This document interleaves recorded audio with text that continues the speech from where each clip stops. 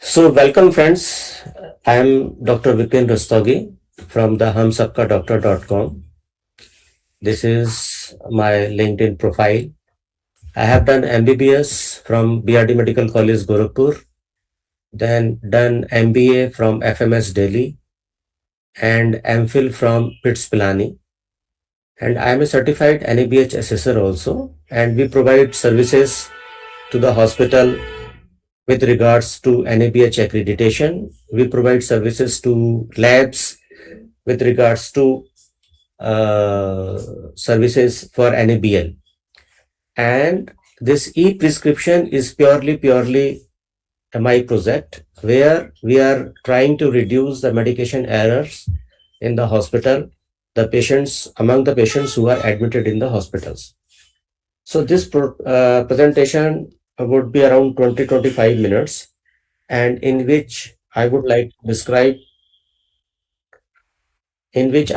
describe you that how we can reduce the medication errors. So first of all, if you want to reduce the medication error, so हम लोग medication error को कैसे कम कर सकते हैं और किस हद तक कम कर सकते हैं, ये हमारा आज का टॉपिक डिस्कशन है। तो इसके लिए हमें पहले दो चीज समझनी है। सबसे पहले तो हमें ये समझना है कि जो पेशेंट हॉस्पिटल में एडमिट होते हैं या जो पेशेंट हॉस्पिटल जाते हैं, वो उसका क्या प्रोसेस होता है। पेशेंट जब डॉक्टर के पास पहुंच जाता है, डॉक्टर उनको देख लेता है, तो सबसे पहले डॉक्टर देखता है इमरजेंसी में, फिर वो एक हैंड रिटन प्रिस्क्रिप्शन दे देता है पेशेंट को। ठीक है। अब ये most of the time hand written prescription ऐसा होता है कि पेशेंट के तो समझ में कुछ आना ही नहीं है, बिकॉज पेशेंट तो इलिटरेट है इस मामले में, because he is not able to understand. But this prescription is for either pharmacist और फॉर नर्सिंग स्टाफ। तो नर्सिंग स्टाफ जो है हॉस्पिटल में, वो या तो जूनियर स्टाफ है या सीनियर स्टाफ है। अगर जूनियर स्टाफ है तो बहुत अच्छा वो रीड नहीं कर पाएगी, अंडरस्टैंडिंग स्किल्स होंगे। लेकिन अगर सीनियर स्टाफ है तो वो समझ सकती है कि क्या प्रिस्क्रिप्शन लिखा गया है। लेकिन प्रॉब्लम यहाँ खत्म नहीं होती है। इस स्टाफ को ये सारा का सारा प्रिस्क्रिप्शन जो है एक अपने मेडिकेशन चार्ट पे कॉपी करना होता है। ठीक है। जिस चार्ट पे वो नर्सिंग स्टाफ सारा ट्रीटमेंट देगी, वो स्टाफ को कॉपी करना होता है। और उसके बाद फिर एक कॉपी और करनी होती है जो वो पेशेंट के अटेंडेंट को देगी, क्योंकि ये दवाइयां मंगवानी है। बिकॉज सारी दवाइयां नर्सिंग स्टेशन पे अवेलेबल नहीं होती, तो ये दवाइयां फार्मेसी से मंगवानी पड़ती हैं। और ये एक सेकंड कॉपी जो नर्सिंग स्टाफ है वो कॉपी करके पेशेंट के अटेंडेंट को देते हैं, जिससे कि फार्मेसी से दवाइयां आ सके। अब जब ये फार्मेसी में पहुंच जाता है अटेंडेंट, तो फार्मासिस्ट इनको दवाइयां दे देता है। But most of the time ऐसा भी होता है कि जो दवाइयां प्रिस्क्रिप्शन पे लिखी गई हैं, वो सारी दवाइयां फार्मेसी में अवेलेबल नहीं होती। तो फार्मासिस्ट जो है वो जो सेम मॉलिक्यूल्स की दवाइयां होती हैं उनको सब्स्टिट्यूट कर देते हैं। ठीक है। तो ये सब्स्टिट्यूशन जो है, ये पेशेंट के अटेंडेंट को इससे कुछ लेना देना नहीं, उसको कुछ जानकारी नहीं कि क्या सब्स्टिट्यूशन किया गया है। और इवन नर्सिंग स्टाफ को भी ये दिक्कत होती है कि ये दवाइयां आई हैं, हमने कुछ दवाइयां और लिख के दी थी, ये पेशेंट को दवाइयां कुछ और आई हैं।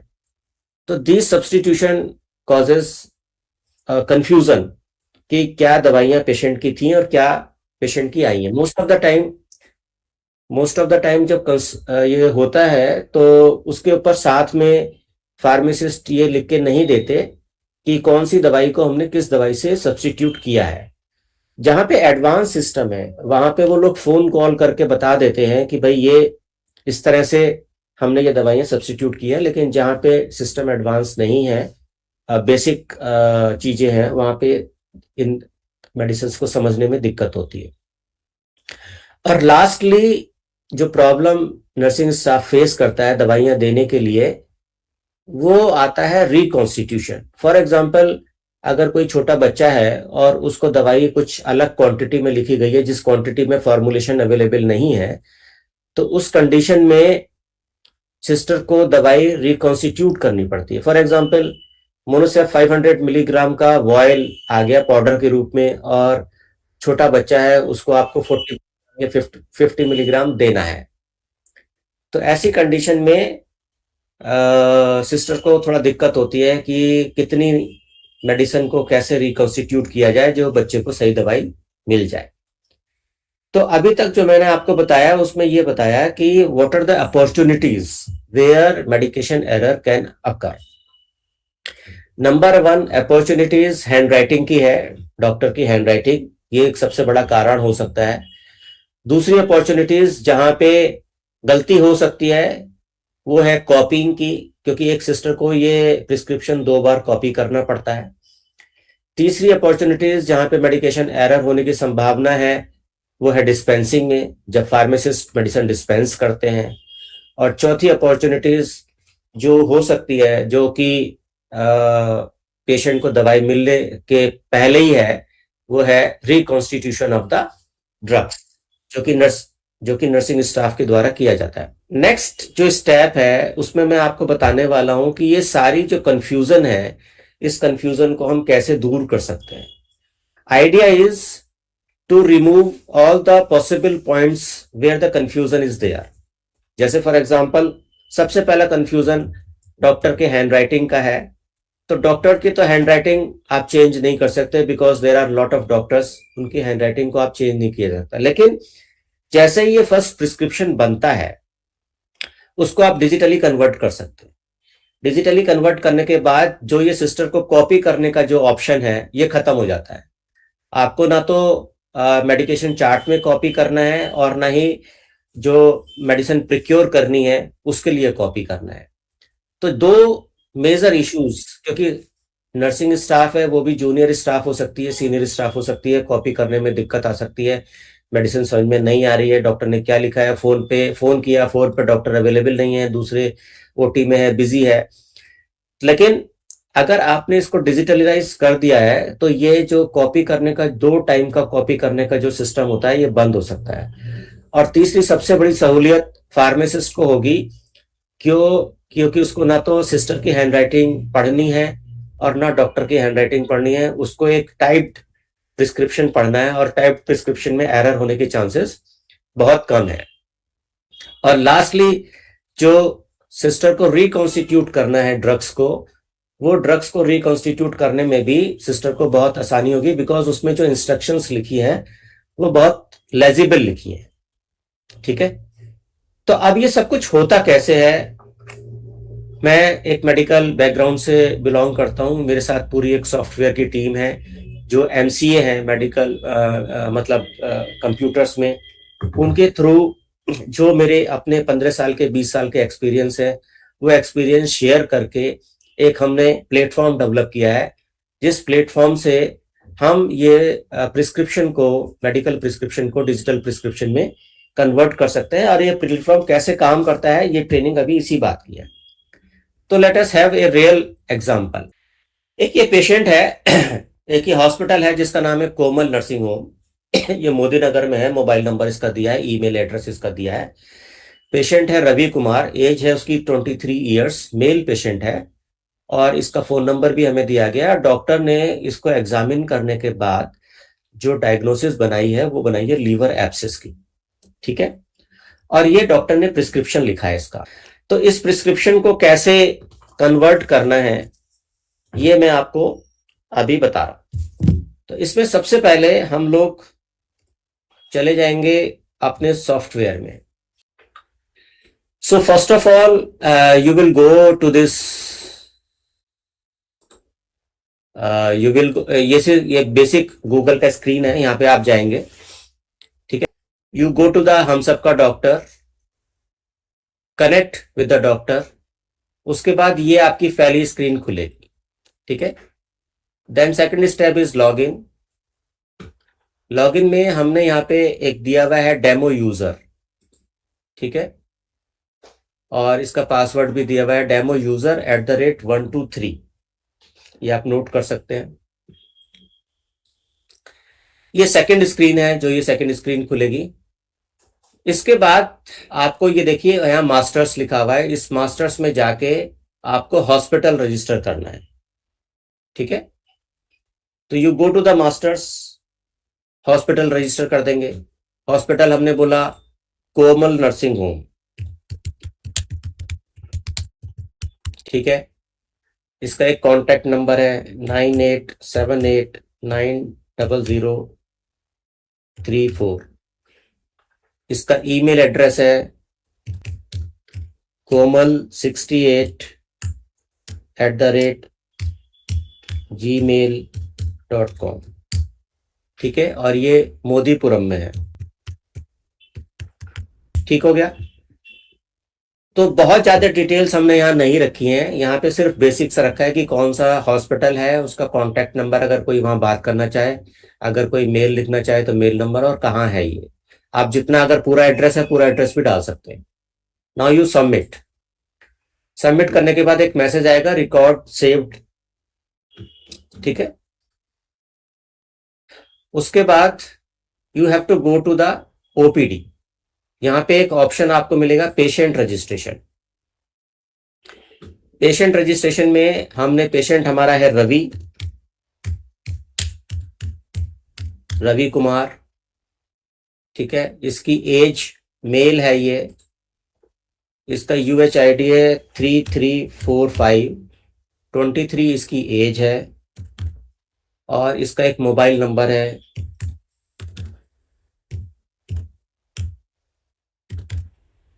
ठीक है। ये अभी मैं ना कुछ आर्बिट्रेरी डाल रहा हूं, मतलब this is just for demo purposes. और ये कौन से हॉस्पिटल में दिखा रहा है इस वक्त? कोमल हॉस्पिटल में दिखा रहा है, ठीक है। तो हमने हॉस्पिटल सेलेक्ट कर लिया। अब क्या है, स्थिति यह है कि एक कोमल हॉस्पिटल है, कोमल नर्सिंग होम है, उसके अंदर एक रवि पेशेंट है जिसका ये UHID है और एज है और फोन नंबर है और जेंडर है। ये हमने इस हॉस्पिटल के अंदर इस पेशेंट को रजिस्टर किया है। सबमिट। आपका ये रिकॉर्ड सबमिटेड हो गया, ठीक है। तीसरा स्टेप है, अब हम इसका प्रिस्क्रिप्शन लिखना है। तो प्रिस्क्रिप्शन में जाएंगे और ई प्रिस्क्रिप्शन में जाएंगे, ठीक है। हॉस्पिटल कौन सा है? कोमल हॉस्पिटल है। पेशेंट कौन सा है? रवि पेशेंट है। कंसल्टेंट कौन है? डॉक्टर विपिन, ठीक है। पेशेंट रूम नंबर 102 में एडमिटेड है, उसको ऑक्सीजन की जरूरत नहीं है, उसको एलर्जी नहीं है किसी भी चीज से,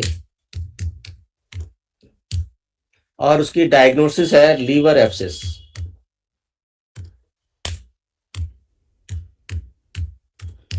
ठीक है। इसका बेड नंबर 2 है और इसको सेमी सॉलिड डाइट देनी है बिकॉज ये फुल डाइट अभी एक्सेप्ट नहीं कर रहा।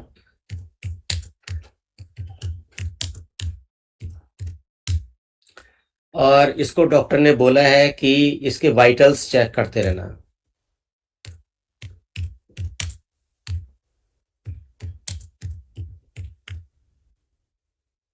ठीक है। अब इसकी जो दवाइयां हैं, डे 1 की दवाइयां, वो मैं लिख रहा हूं, उसके बाद आके कैसे चलता है वो आपको बताऊंगा। सबसे पहले डॉक्टर ने इसको बोला है इंजेक्शन मोनोसेफ देने के लिए। इंजेक्शन मोनोसेफ कितना देना है? 1 ग्राम देना है, ठीक है। कैसे देना है? IV रूट से देना है। और कितनी देर में देना है? 12-12 घंटे में देना है। इसका मतलब BD। ये दवाई हमने ऐड कर दी। इसके बाद एक और एंटीबायोटिक चल रही है, इसको इंजेक्शन मेट्रोजिल, ठीक है। ये 400 मिलीग्राम है, 400 मिलीग्राम। IV देनी है ये भी, और दिन में 3 बार देनी है। तो हम 8 आवरली इसको लिख देंगे। ऐड कर दिया। इसके बाद पेशेंट को फीवर भी है, तो इसको इंजेक्शन PCM चल रहा है, ये लिक्विड के फॉर्म में आ रहा है और ये 100 ml के पैक में आता है। और इसको हमें IV देना है, लेकिन दिन में 2 बार देना है, तो 12-12 घंटे पे देना पड़ेगा ये ऐड कर दीजिए। इसके बाद पेशेंट को उल्टी भी है और एसिडिटी भी है, तो इसके लिए इंजेक्शन पेंटोसिड चल रहा है इसको, और ये पेंटोसिड 40 मिलीग्राम के फॉर्म में आ रहा है। और इसको IV देना है, लेकिन सिर्फ सुबह ही सुबह देना है, नाश्ते से पहले, बिफोर ब्रेकफास्ट। ये भी हमने ऐड कर दिया। पेशेंट को पेट में दर्द भी है लीवर एब्सिस के कारण, तो इसको इंजेक्शन डायनापार चल रहा है,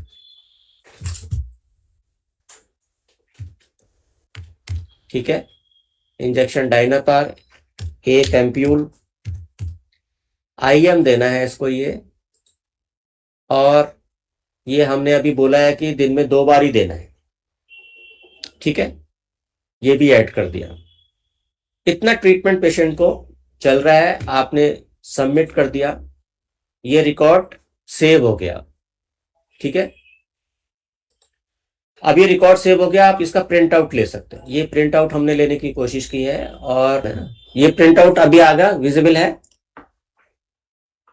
तो अब इस प्रिंट आउट में देखिए आपको ये हॉस्पिटल का लोगो आएगा, ये हॉस्पिटल का नाम आ रहा है, ये सारा पेशेंट का डिटेल आ रहा है, UHID नंबर, पेशेंट का नाम रवि कुमार, 23 एज, मेल है, ये नंबर है, ये एडमिशन डेट आ रही है इसकी 7/4/2026, ठीक है, रूम नंबर 102, बेड नंबर 2, और डायग्नोसिस आ रही है यहाँ पे लीवर एब्सिस, ये मेडिकेशन चार्ट, कौन सी दिन का चार्ट है ये डेट आ रही है, और ये एक प्रिस्क्रिप्शन आईडी आ रही है, इस पेशेंट की आईडी क्या है।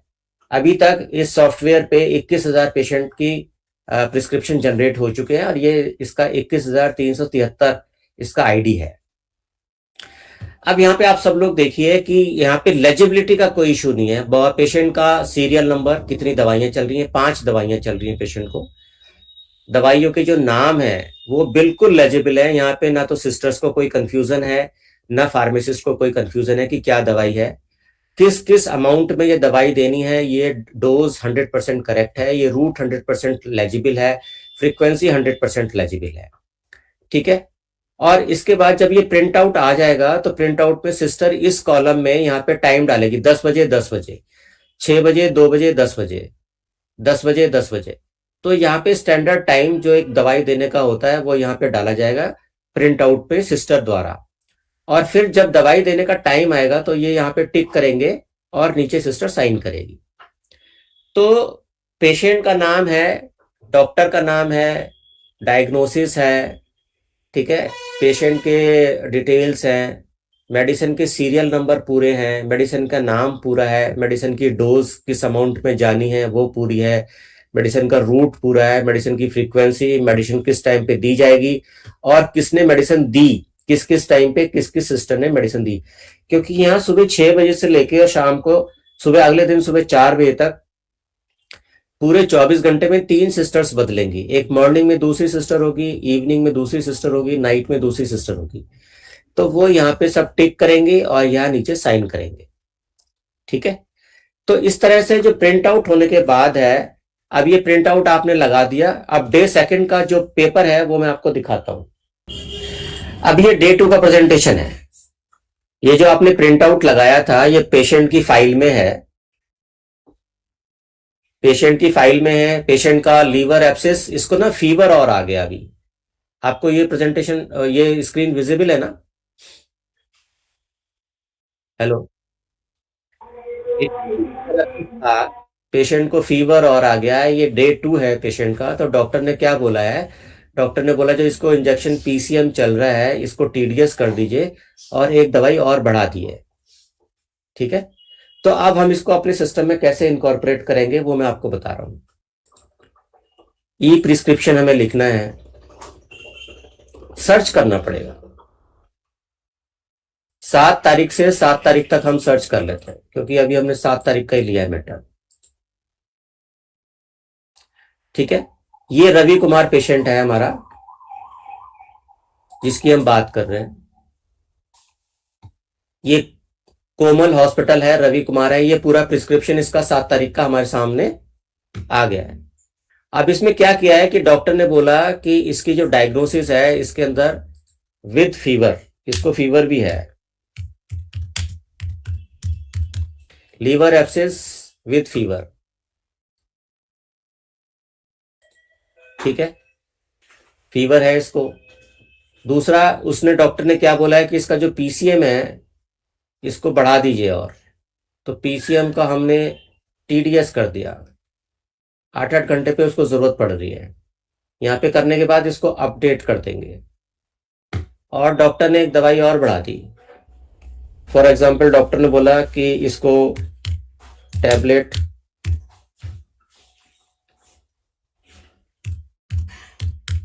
एजिथ्राल और देनी है, तो 500 मिलीग्राम की टैबलेट एजिथ्राल है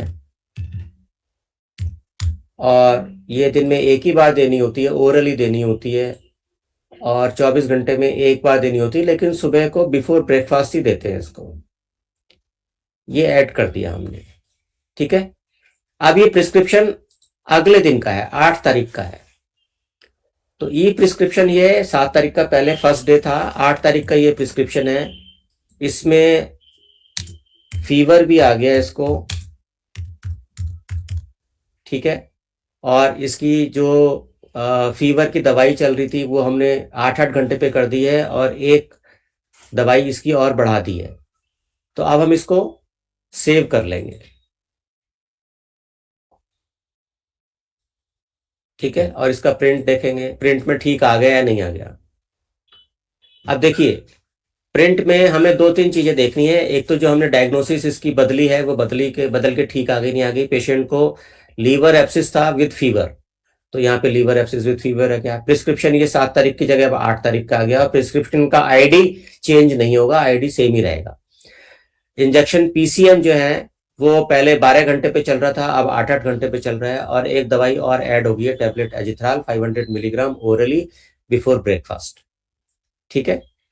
तो ये प्रिस्क्रिप्शन हो गया। अब नेक्स्ट डे 8 तारीख को जब ये पूरे दिन पेशेंट एडमिटेड है हॉस्पिटल में, तो डॉक्टर आए और डॉक्टर ने देखा कि इसको तो सांस की भी तकलीफ हो रही है, इसको हमें थोड़ा नेबुलाइजेशन भी देना पड़ेगा। तो उस कंडीशन में क्या है, अब जब आप नेक्स्ट डे जाएंगे, 7 तारीख से 8 तारीख तक का हमने ले लिया डेटा, सर्च किया, रवि कुमार पेशेंट आ गया ये, ठीक है।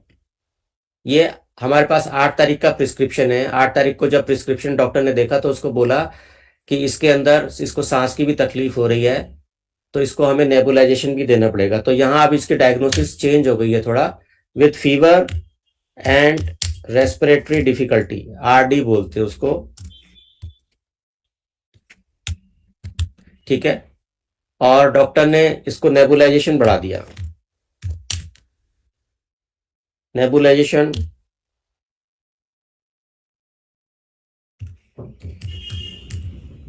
डिओलिन से इसको नेबुलाइज करना है। इसको 0.5 ml देना है, इंट्रा नेजली देना है, नाक से जाएगा वो, और दिन में 2 बार देना है, तो 12-12 घंटे में देना पड़ेगा, ठीक है। और ये प्रिस्क्रिप्शन 9 तारीख को चलेगा आपका।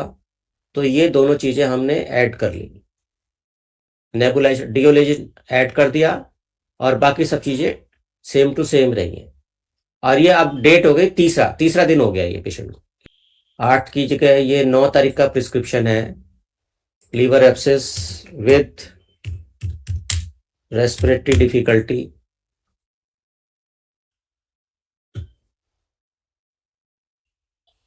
सबमिट,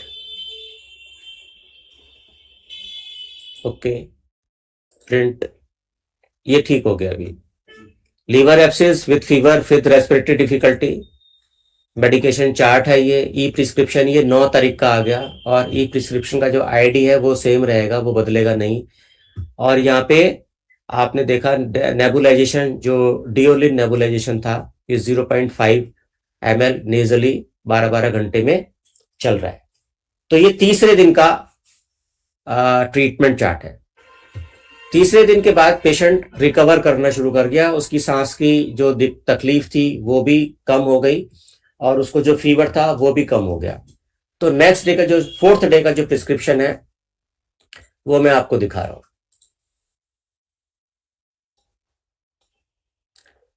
अब ये 9 तारीख की जगह 10 तारीख हो गई, पेशेंट को रेस्पिरेटरी डिफिकल्टी खत्म हो गई है, फीवर भी खत्म हो गया, सिर्फ लीवर एब्सिस है, वो तो 2 हफ्ते उसकी ट्रीटमेंट चलेगी, ठीक है। नेबुलाइजेशन जो पेशेंट को चल रहा था वो बंद कर दिया गया, पेशेंट को जो फीवर आ रहा था, फीवर की जो दवाई कर दी वो भी बंद कर दी, ठीक है। जो पेशेंट को पेट में दर्द की दवाई चल रही थी वो अब हमें रेगुलर नहीं देनी, हमें एसओएस देनी है, जब उसको जरूरत पड़ेगी तभी देनी है। तो ये हमने, आपने दवाइयां इसकी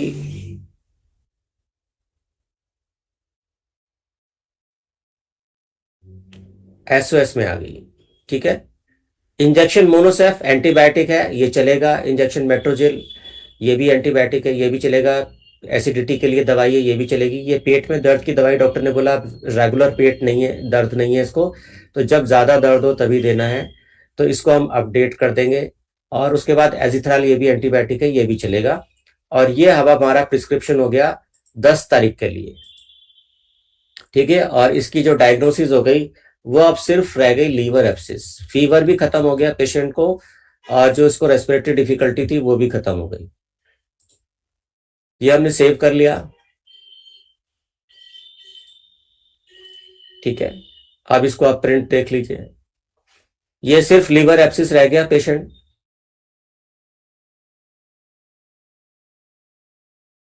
पेंटोसिट डायनापार एसओएस हो गया, एजिथ्राल चलेगा। ठीक है। और बाकी सब सही है। अब उसके बाद पेशेंट को कोई ट्रीटमेंट चेंज नहीं होना, 1 दिन 2 दिन पेशेंट को और रुकना है जब तक एंटीबायोटिक के कोर्स चल रहे हैं।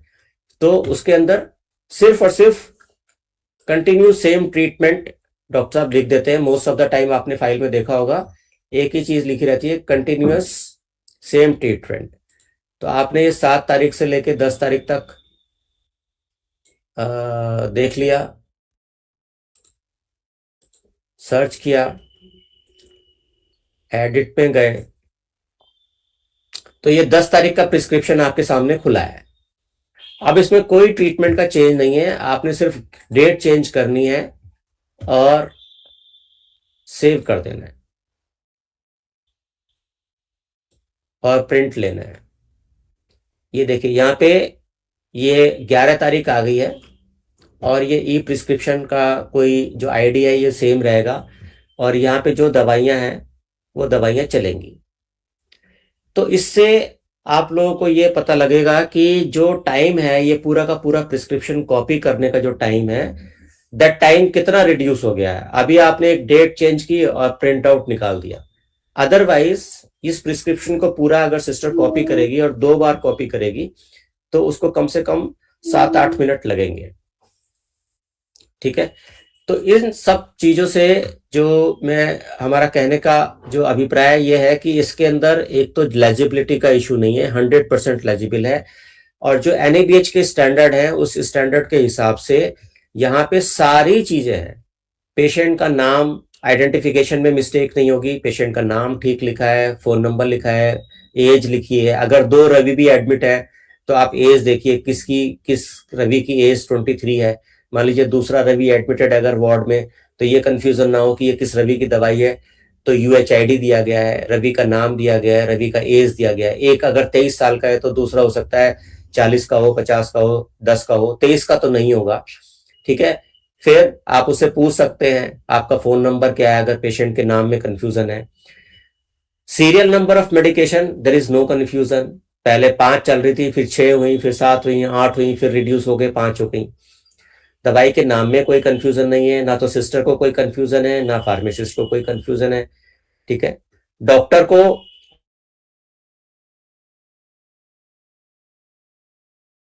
एडिशन डिलीशन डॉक्टर्स कर रहे हैं राउंड में, डेली आने के बाद वो एडिशन डिलीशन हम हर डे पर डे के बेसिस पे हम इसमें कर सकते हैं, और बहुत कम समय में कर सकते हैं। कौन सी दवाई कितने डोज में जानी है दैट इज वेरी क्लियर, कौन सी दवाई किस रूट से देनी है दैट इज 100% लेजिबल, कौन सी दवाई का फ्रीक्वेंसी क्या है वो 100% लेजिबल है। स्टैंडर्ड टाइम सिस्टर्स डालेगी यहाँ पे, जब ये प्रिंट आउट आ जाएंगे तो यहाँ पे टाइम डलेगा कि अगर ये 12 घंटे में देनी है तो सुबह 10 बजे, शाम को 10 बजे। अगर ये 8 घंटे में देनी है तो सुबह 6 बजे, 2 बजे, 10 बजे। और ये सुबह ब्रेकफास्ट में देनी है तो जब भी पेशेंट ब्रेकफास्ट करता है उससे पहले। एसओएस में कोई टाइम नहीं डलता, जब पेशेंट को जरूरत होगी तब देंगे। बिफोर ब्रेकफास्ट में, जब मरीज को ब्रेकफास्ट होगा तो ये दोनों दवाइयां एक साथ दे सकते हैं। और उसके बाद 24 घंटे में 3 सिस्टर्स चेंज होंगी। तो 3 सिस्टर्स कब कब कौन कौन सी मेडिसिन देनी है ये ऊपर टाइम डले हुए हैं, यहाँ पे सिस्टर टिक करेगी और नीचे साइन करेगी। और ये सारा काम पेन पेपर पे होगा।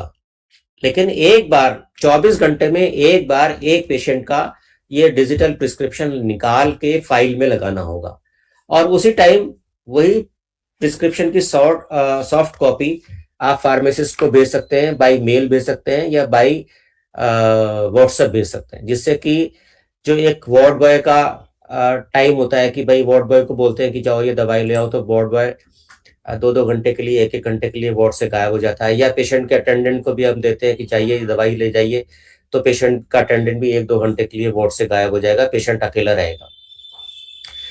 तो ये सब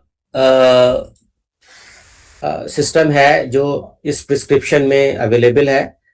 I hope I am clear in my presentation. So I am closing this presentation. अगर आपके कुछ क्वेश्चंस होंगे तो आप व्हाट्सएप पे लिख दीजिए, my WhatsApp number is there, I will try to reply as soon as possible. Thank you very much for joining this session. This is signing off doctor Vipin Rustam.